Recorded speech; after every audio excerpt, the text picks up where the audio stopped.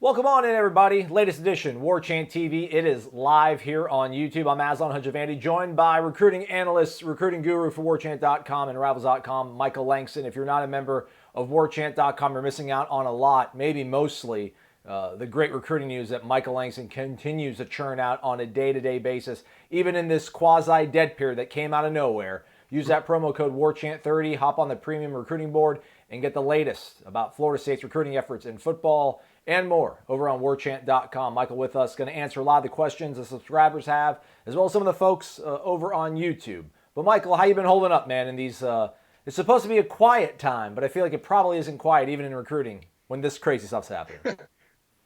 No, I'm doing good. Was a surprise the way all this happened. Obviously, it was really busy before we got to that, and then all of a sudden things shut down. And on a side note, it gave me a chance to bolster my score in Bejeweled All Blitz. right. I got to knock that Nice. out and get to do some stuff around the yard, which is everyone loves doing yard work, Oh, right? yeah. So just gives me a chance to just catch up. But we have a big hot board coming up. We're going to do it a little bit different. We're breaking it down in positions this time so people can focus on each time we do one, so it can be really detailed so people can focus on it. So worked hard knocking that out, and just kind of stay in touch with the people I need to stay in touch with as far as recruiting. But it's certainly a challenging time, and certainly not something me, you, Corey, or I, or even Gene, we enjoy this. It's not fun because it kind of it puts us in a flux, and and then when things do get back, assuming whatever that is, it's going to make it very chaotic again once this thing starts I again. hear you. Well, despite all that, Michael, lots of folks have lots of questions, so let's not waste any time. Let's get right into the premium recruiting board over on warchant.com. First question comes from Danny P26. What is going on, Mike? Hope that you and your family are doing well in the midst of this coronavirus stuff. I know that we have gotten some traction with some big names already for the 2021 and 22 classes, but how many of those high 4-star and 5 stars do we realistically have a legitimate chance with? And are any of them on the offensive line and defensive line? Everyone wants the offensive line. Well, the offensive line, we released that today, so your question can be answered in the hot board there. I think Terrence Ferguson's a 4-star. Micah Morris is another one that's a high 4-star. Both of them visited this spring, so there's a shot. There's a legitimate shot. I think Terrence Ferguson said that was one of the best visits he's been on. They're both coming back. So I think there's a good chance both FSU can get an official visit. I can't really say, to answer your question about the 4-stars because it's so. I mean, there's 4-stars out there that FSU can get, but I can't really specifically answer like, oh, can they get this guy or for sure. But I think the guys that, if you've watched the updates that we've done, the guys that have already visited, that are certainly that have been there in the spring, I think those are guys they certainly legitimately have a shot with. And then we'll just have to see who comes in the summer and the impact they may. But I can say this: when they get them on campus, every kid, it seems like things change in their recruitment when they visit FSU. I think a lot of them are excited about what this team's going to look like, which is kind of a really Debbie Downer because I think a lot of kids are really excited to come see their spring game, see what they're going to look like. So I think that kind of really hurt their situation of what they could sell going in because there's excitement, but it's also limited excitement. But I think that kind of hurt them with recruit excitement as far as not being able to have a spring. All righty. Well, shout out to Mask HT, and Triple Threat Outdoors joining us here on YouTube. Let's go back over to warchant.com. Take the next question. Michael, go ahead, take a sip, refresh yourself, because when you're talking, I'm always sipping. I'm good. I'm always sipping. I went to Barnaby's today, guys. You'll be glad there was not 50 people in there. There was only like 10 or 12. So I think I was low below the thing. So that's my drink from I had from Barnaby's today. If you're wondering. Very nice. There you Here we go. This question comes from a member who's been around since 2002 and has only posted 101 times. That's this guy picks his shots out here. GCGABR.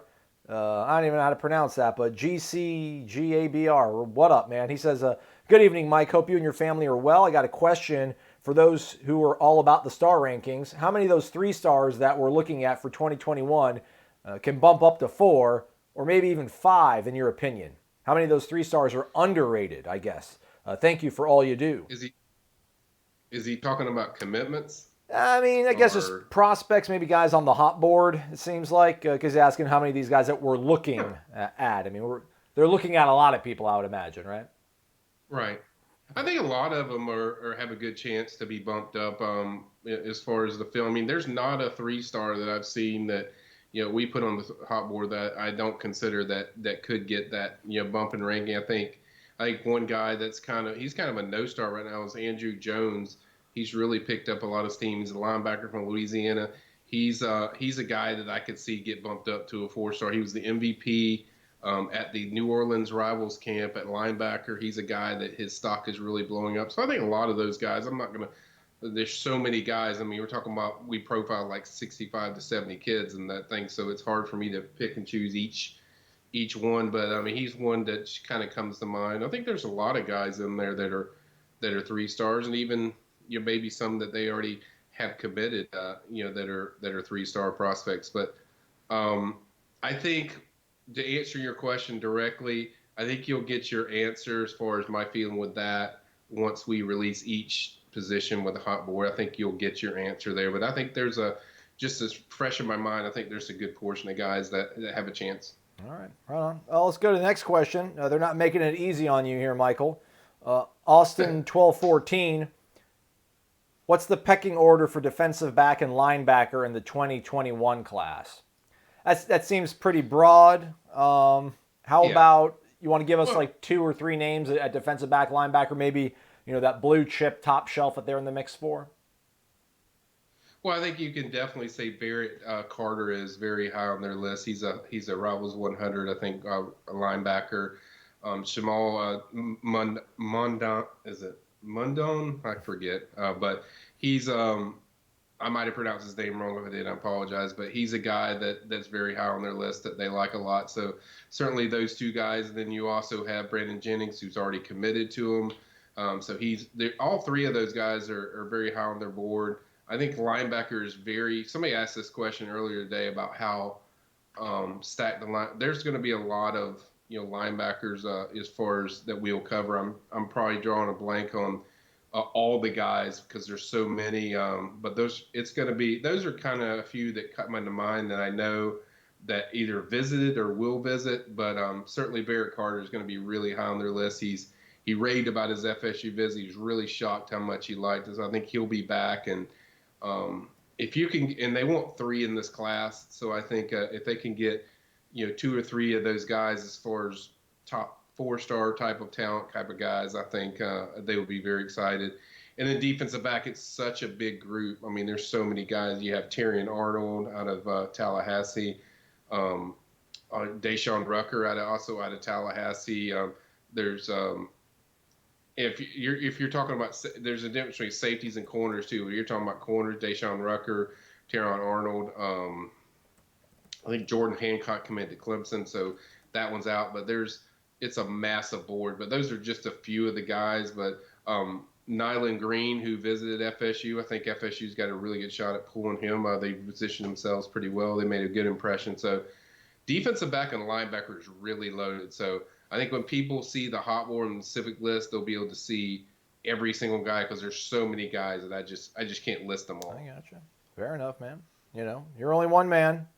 You're only one man, Michael. Well, it's just I don't want to tell them somebody and then I forget somebody. So I figured I'd just give you a few because if I give you like 5 or 6, then if I don't give you someone who's like, oh, so that guy's not on there. So I'd rather just let the hot board speak for itself and give you a few names that I know for sure that they're pushing for. So, but I think you will be pleased with the extensive list you see when that thing comes out. Let's see here. We got another question. BMOC 1955. 2021 anticipated class size numbers at each position. Wow, very nice. Well, I'll go through them. Quarterback, you're looking probably at 1 or 2. I don't think that's a necessity for FSU to get 2. I think at running back they would like 1 or 2. at that position. Then wide receiver, probably between 1 to 3, or actually 2 or 3. Tight end, you'd like to get one guy, I think, at that position. Offensive line, 4 or 5. Defensive tackle, they would probably like to get 2 or 3. Defensive end, they would like to get 2 or 3. Linebacker, I've already discussed that they want 3 in this class. Then you move over to safety. I think they want 2 or 3 in this class, and then a corner. I think they would like between 1 and 3. So that's your rundown of all the positions of how many they would like to have in this class. And what was the other question? What's the overall anticipated class size, I guess? Yeah, I'd probably see in the 20s. I mean, if you add up all those together, my math's not good. I was never good in math, guys, but it's right around there. So that's kind of what you're looking at. But I would say the positions that you want to focus on the most would be defensive end, defensive tackle. I think those are 2 of the positions that they really want to make an impression with. Obviously, continue to do linebacker, but I think those are offensive line's always a big. So offensive line, defensive end, and defensive tackle, I would go with the biggest thing. All right. Well, BMOX actually got another question for you, Michael. Okay. Understanding that the world is in a state of flux, he says, but how does this COVID-19, the coronavirus, affect recruiting? Is the effect on FSU the same as for other teams? No, it's not, because it's a new staff. This hurts them worse because they're a new staff, and you need practices and you need reps, and you want kids to see more of your program, get eyes on your program. So it hurts them more in the stance that, say a Florida, who's 2 years in, 3 years in with Dan Mullen, kids kind of know what the product is, where Florida State, the more they're on campus, the more they get a view. We saw the change of the view when kids saw practice, the intensity of the practice and all that stuff. So the more it hurts FSU more because they don't have, they're trying to get to that level up there where Florida is. And, this kind of takes away from that a little bit as far as kids being consistently on campus. So it hurts FSU a little more. But I think overall it hurts everybody just because you're not around these recruits. They're not seeing your campus. Everyone has these spring games that were set up that you usually get 25 to 30 solid top kids at your thing, and none of the schools are even in that area. But it just hurts FSU more because they got a new coaching staff. Here's one that's going to probably stretch your brain a little bit here, Michael. Man, your folks take no mercy on you. They bring the heat. That's my guys. Spreadman is saying, what about the effect on closing schools for the rest of the year? California, most schools will be out for the remainder, so how does a kid graduate his senior year, and if he has a scholarship to Southern Cal or something like that? Yeah. Well, I mean, I think they'll work out stuff between graduating and kid doing the schoolwork and having enough to walk and graduate. So I don't think that's going to be a problem. If they do cancel the athletic year, I know here in Florida, they've canceled all the events so far until it's indefinitely. But, and we don't know what's going to happen. I think Corey Clark touched on that today. We don't know when they're going to start practice, when they're going to lift this stuff, when they're going to let high school kids play or practice, when they're going to start.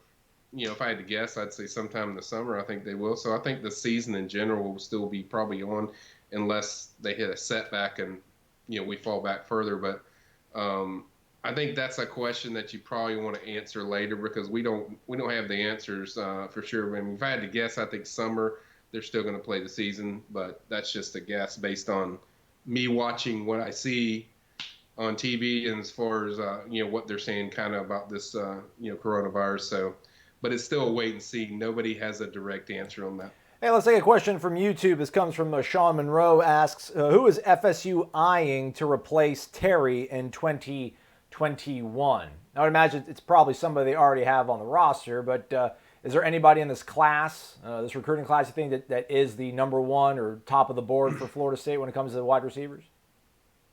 Are you talking 2020 from 2021 class coming in, or the class to come here next February? Okay. Destin Payson is a really high one. He named FSU his leader. He's from Louisiana. He's close to David Johnson. He knows him a lot. He's a guy they pushed heavily for. Kenny Dillingham also has a really good relationship with him. FSU's done a tremendous job with them. And this is what I talk about why the spring hurts FSU, where you can get these kids more and more on campus. The more you get them around the program, the higher probability. And so I just say Dustin Payson really stands out to me as far as the guy, if I'm looking at one guy. Another guy I like a lot is James Blackstrain. I think he's a guy that he's in state. He's a guy that you can use in the middle of the field as a physical receiver. He can also, he's got the speed to pull away from people. So I think those are a few that stand out. But there's a lot of them. But I would say Pezon's the guy that I would circle as the guy that could be that guy. Right, here we go. We always like a nice clear-cut answer. I'm struggling here, man. Bounce back over to warchant.com. Hey, look who it is. It's B-Mock again, man. B-Mock ain't going away. He's got another. He busy. Is, man. He would appreciate you, Michael, if you could rank recruiting positions by need. Yeah, I kind of touched on this a little bit. I mean, I would say position by need. Number one for me, this is just my personal opinion, for this class would be defensive tackles. I just think you need some more guys in the trenches. You're going to lose Marvin Wilson after this year. Corey Durden, I think, is a senior, if I'm not mistaken, after this year. So you lose those two guys there, your two prototypical, stud defensive tackles. So I think you need to replenish that, what you have in there, because after that, you don't have a lot of guys that are at that level. So I think defensive tackle will be number one for me. I think offensive line would be next, because you need offensive tackles. They still need it badly. That's a major need, and that's a major question mark. I think Corey Clark nailed it today as far as what's been their struggles at offensive line.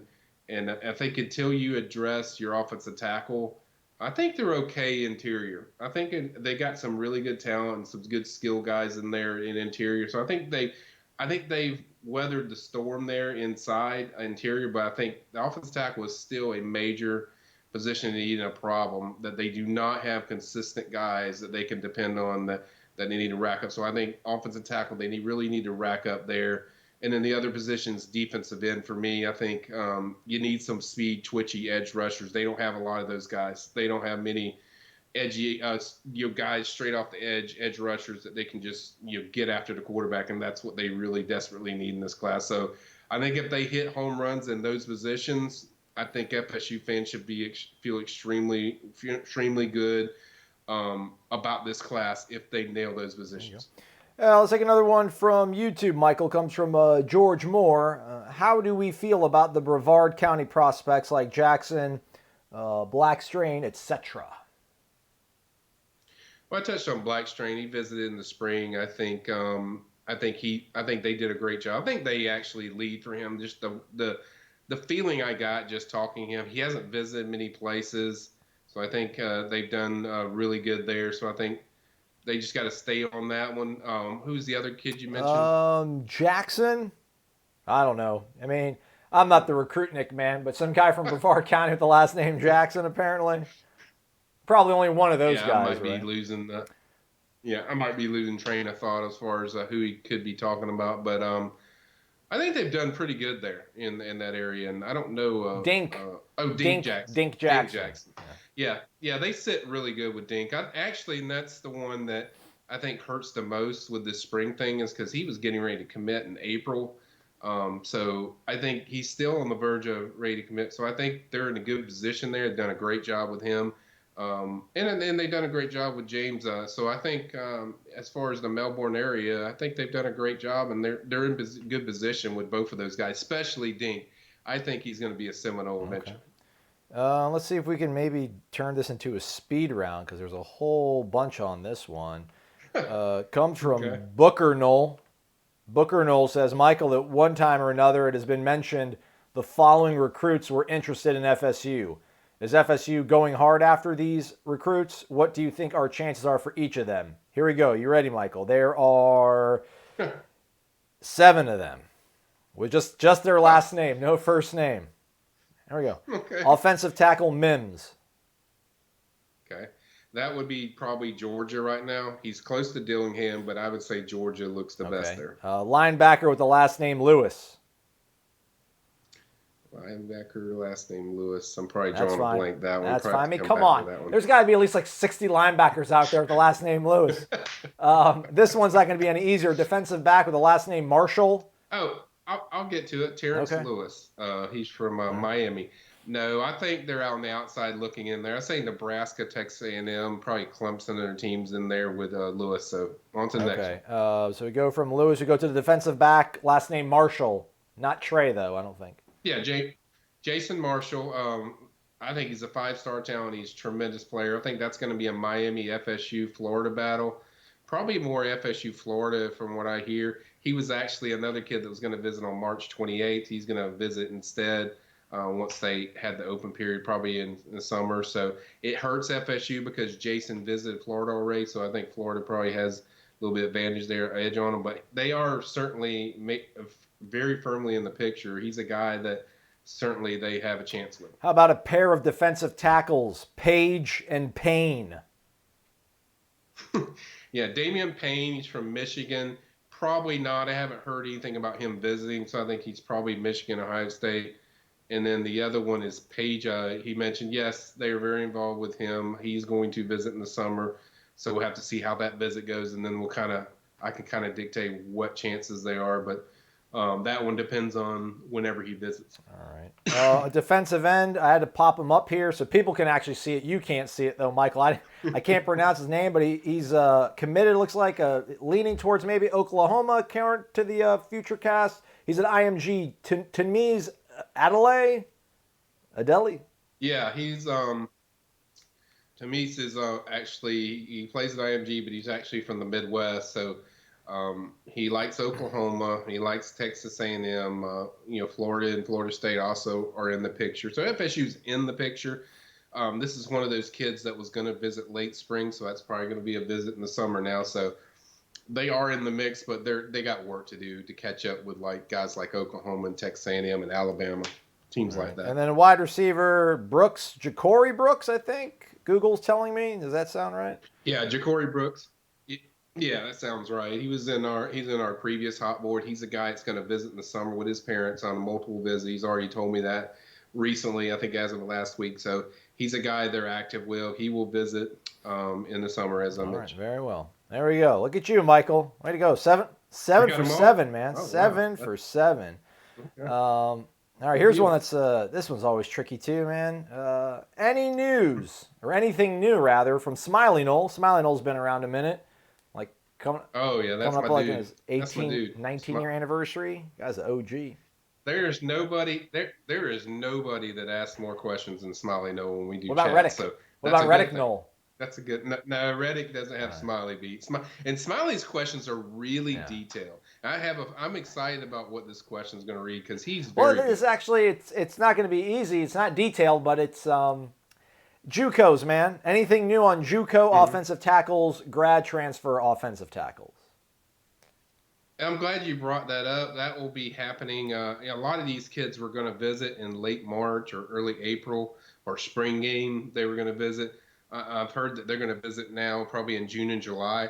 A lot of people were worried about will they just be pushed out or will the FSU won't have a chance. But I've heard the last few days FSU's been talking with all the JUCO and grad transfers that they're involved with.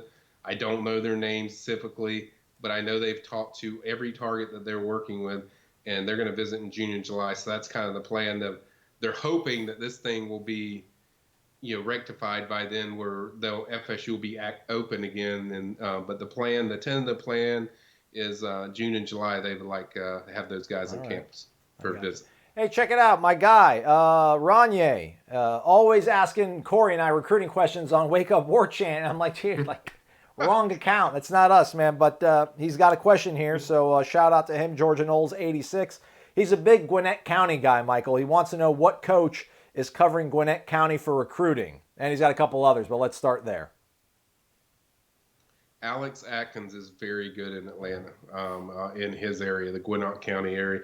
They got a lot of coaches and staff that are very good in Atlanta. Chris Marv is very good there. Odell Higgins has always been good in Atlanta. He recruits that area. Coach Dillingham is also very good in that area, as well as Coach Norvell. So they have they have a lot of guys on staff. Even David Johnson, that's an area that he's consistently recruited. So I think they're going to be pretty strong in that Atlanta area. But if you had to pick one guy, I would say Alex Atkins is very good in Atlanta. He's one of the most popular coaches I've talked to, or I've heard about as far as around recruits about the Atlanta area. He's gotten a lot of kids on campus in the spring that are from that Atlanta area that FSU ordinarily would not have gotten. So he has a lot of connections. So if I had to pick one, I'd say Atkins. But a lot of the staff, the 4 or 5 guys, have Atlanta connections. Folks on YouTube, get your questions ready. We'll probably be bouncing back over to YouTube to take some questions here. Also, Ronye was asking, do you think Chad Masco stays with this FSU commitment? Is he committed? He's committed to Florida State, Chad Masco? Yeah, right. He is. Okay, let's go. Apparently he missed my post the other day about Masco, but I do not think that he will stay in this class. Not because Masco doesn't want to stay. I just don't get the feeling he's a guy that the FSU staff is in love with for whatever reason. It's kind of on the short side if you ever seen him, but he's listed at 6'1". I think it's more like 6 feet, but I've watched Chad. I know his game. He's very good passer. I think it's a situation, we're going to see, where if there is a camp this year, you'll have a chance to come over there and show Coach Dillingham and Coach Norvell what he's about. And if they like what they see, then this can change. But as of right now, I just don't envision him being in this class because I don't think he's one of the top priorities of them yet. I think they would like to see what he can show, as far as in a camp setting. But as of right now, I just don't get the feeling that there's a warm and fuzzies all over Chad Masco's game right now. That's fair. Giving it to us the real, honest truth. Sometimes it's a little bit hard to take in here. And last question from Ronye. Do you think FSU can land Marquis Killebrew from Grayson High School? Well, we have to see him visit first. That's the one thing I want to see, and then we can kind of dive into that question. I think he was expected to visit, but I hadn't heard much about that. He might have already done it. I'm not sure, but I'll check on that. I'll check with him to see if he actually took a visit out there, but I can't really tell you the stance of where he's at with that until I talk to him about if he did visit. I know he was supposed to in the spring, but I haven't heard much about that visit. But I'll check on that. And then I'll check on also the teams that are heavily in the mix there. But let me get back to you on that, and then we can go from there. All right, bouncing back here to the good old YouTube. Let's see what we got here. Somebody's asking about tight ends. Who do you think are the good tight ends for this class, I guess? I think the guy to focus on is Michael Trigg. He's a guy that's a 4-star tight end, very high on FSU, really likes Coach Norvell a lot. He knows that he's going to throw the tight end. I think FSU is in a pretty good spot so far right there. I think he's a guy I'm losing train of thought here. There's a Notre Dame commitment, Kane, I forget his last name, but Bering, I think, but he's committed to Notre Dame. He's a guy Luke Altemeyer, the FSU quarterback commit's working on. He's a guy that Dillingham's really high on. He's from Georgia that they're working hard on. Hudson Wolf's another one. I think another kid they're heavily on. Probably going to visit in the summer. And then Gunnar Greenwald, who hasn't been offered yet. He's from Satellite over there in the Palm Beach area. He's visited, but he hasn't been offered. If he gets an offer, I think FSU is going to be a major player there. But I think the guy to focus on is Michael Trigg. I think that's the guy that I think there's a good chance he could be in this class. 4-star tight end according to Rivals. They got him listed at 6'4", 215. Goes to Sefner Christian Academy. That's a new one, huh? Never heard of that one before. Yeah. There you go. Look at that. All righty. Let's see here, Michael. I think we got most of the questions. I think we got everybody on War Chant. We got everybody in.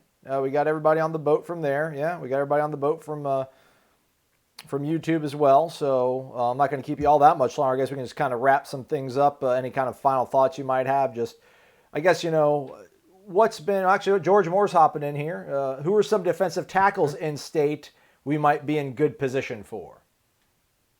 I don't think there's one like they're really in good position for. I think there's several guys that they're active with. I think Mason Smith, the number one, I think 5-star LSU looks like the leader. He's going to visit FSU this summer, so that's certainly a guy they're active with. Lee Hunter, who made a surprise visit, he's committed to Auburn, but I think FSU's got a good shot at pulling the old flip there if things keep trending the way they're going. Really likes Coach Odell, close with Dillingham and this new staff. So he's a guy. Those are a few guys I would know off the top of my head, but Hunter would be the guy I focus on. I think he's the guy that I think their realistic chance to possibly pull. I think Mason Smith's more of that's going to take a lot to get a kid from Louisiana that's a 5-star defensive tackle that LSU's really heavily on. But we'll have extensive lists on that hot board that'll cover every single guy.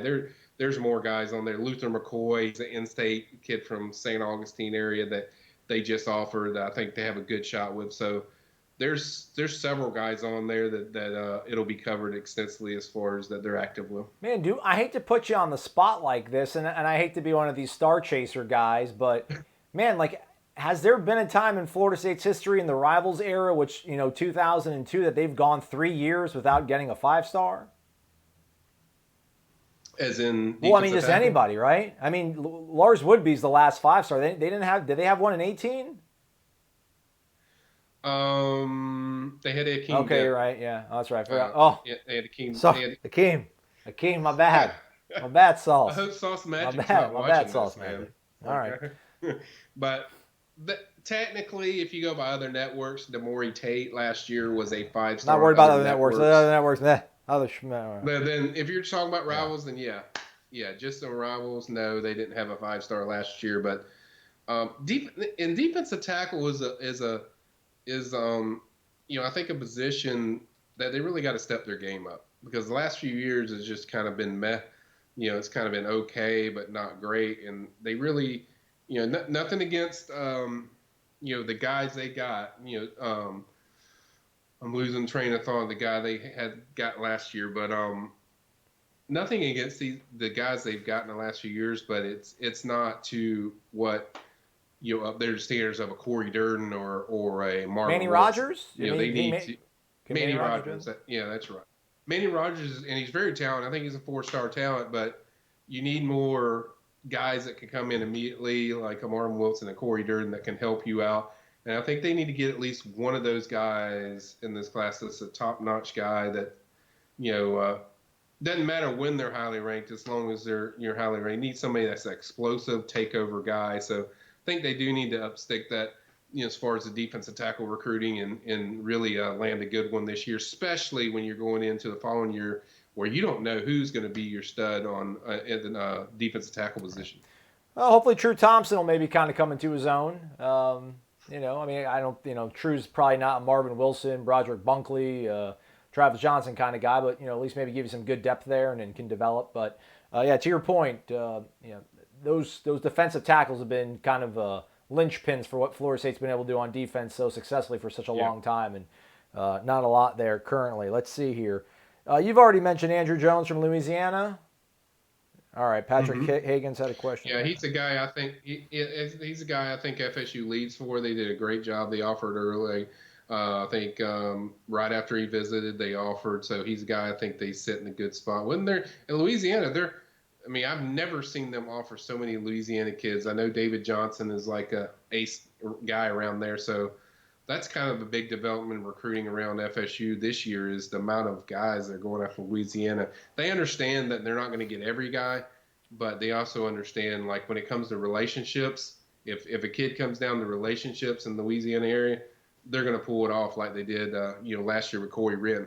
That was the one they were able to pull. So I think they'll get more and more. And the more you're in there, Louisiana is kind of a state where once you get one in there, you can kind of see a domino effect where you start consistently hitting on guys in that area. So I think Andrew will be the next one. We got a question from an Anthony Dabney here.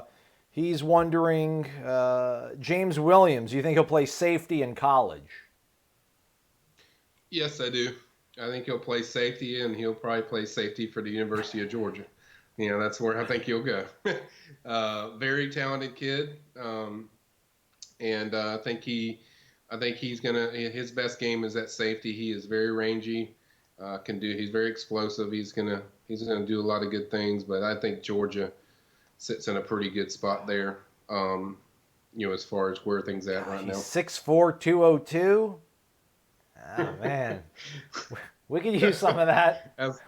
We could use some of that. They could, especially at safety where they wanted to add more guys in there, so they certainly need some talented safeties. But and back to your question before about the coronavirus and stuff and anything that added on. I'd say, there's good and bad with this. And I'll make this quick. I mean, we've already discussed mainly the bad, which is, they really could have used this springtime for recruiting to have kids on campus, get out there and talk to kids and recruit them, maybe get some commitments in that spring to get the momentum going into the season. Now, there's a lot of bad, but the other good part about I guess you can say it's good, but there's uncertainty if there's going to be an early signing period because, the NCAA might pull the plug and say, you know what, this just isn't enough time to do this stuff. They might say no early signing period, and that will be a very big positive for FSU because that gives them more time to have these kids on campus. And then two, if you don't start till the summer, that also might have kids delaying decisions. And so if FSU, say, starts off like 3-0, Aslan, that's a big lift in positivity. And then kids are like, oh, man, I got to go check out that place. So it gets you some recruiting momentum going, assuming, they start off the season well, and also assuming that these kids haven't committed yet. So it might push back kids from committing. So that part is kind of a positive.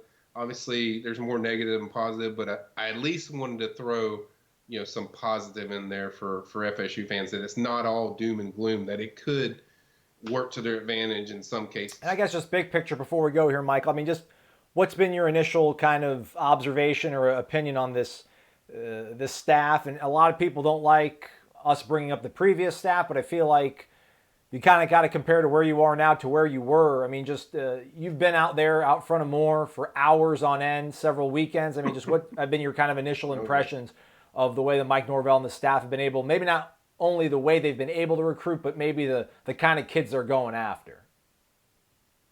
Well, I think I think you've hit a good point. You have to compare. I know people don't want to mention the old staff, and yes, it was brutal, but you have to mention that to compare the organization, the preparation for everything they do when it comes to.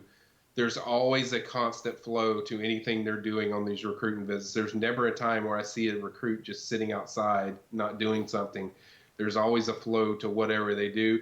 And when there's something goes off, you got Kenny Dillingham having a little fun. Like with the coronavirus, he had his Lysol out there spraying recruits and stuff to keep them clean. But it's just like a little light humor to keep your mind off of it. And then, one day they had a flat tire with a golf cart, and Kenny joked that was for the swim team, so that wasn't for football players. So they just it's a constant, they have an energy and a passion, which everyone has seen in their interviews, but also a preparation to everything they do. They're very, very detailed in everything they do.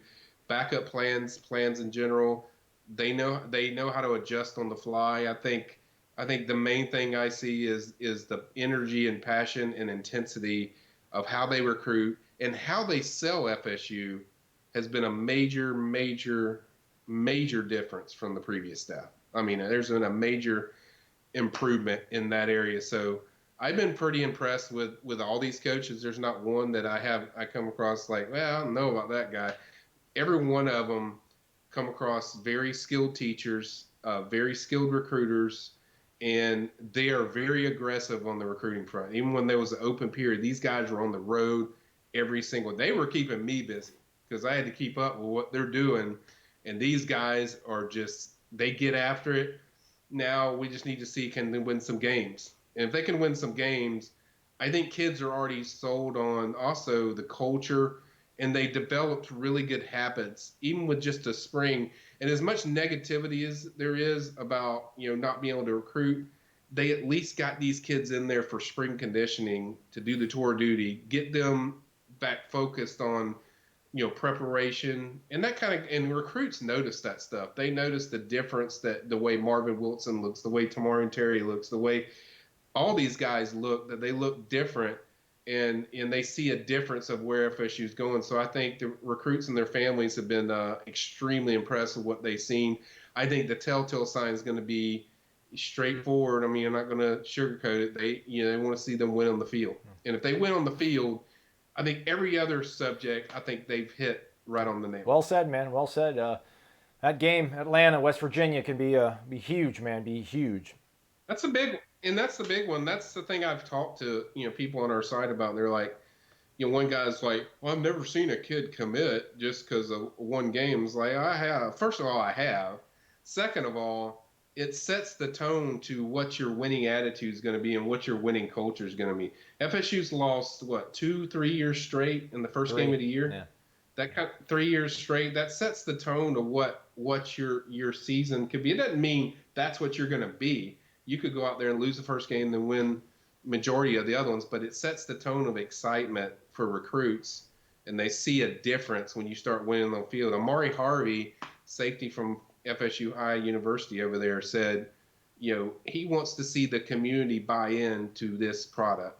He's bought in, but he wants to see the community, and he also wants to see more wins. So I think a lot of kids they love everything they're seeing. They love the culture. They love the work ethic. They love the way they connect with the staff, but they want to see wins, and it comes down to winning. Absolutely. I mean, that's what it's about, because when FSU wins, recruits love them because the recruits want them to win. So I think that's the only thing left that really could get them going, as far as some solid recruiting momentum. Doesn't mean you don't have holes on your roster that you have to fix in recruiting, but it will help in that area where when you start winning, there's going to be less other schools can use against you where, they're doing this or doing that. Can't say you're a losing program when you start winning.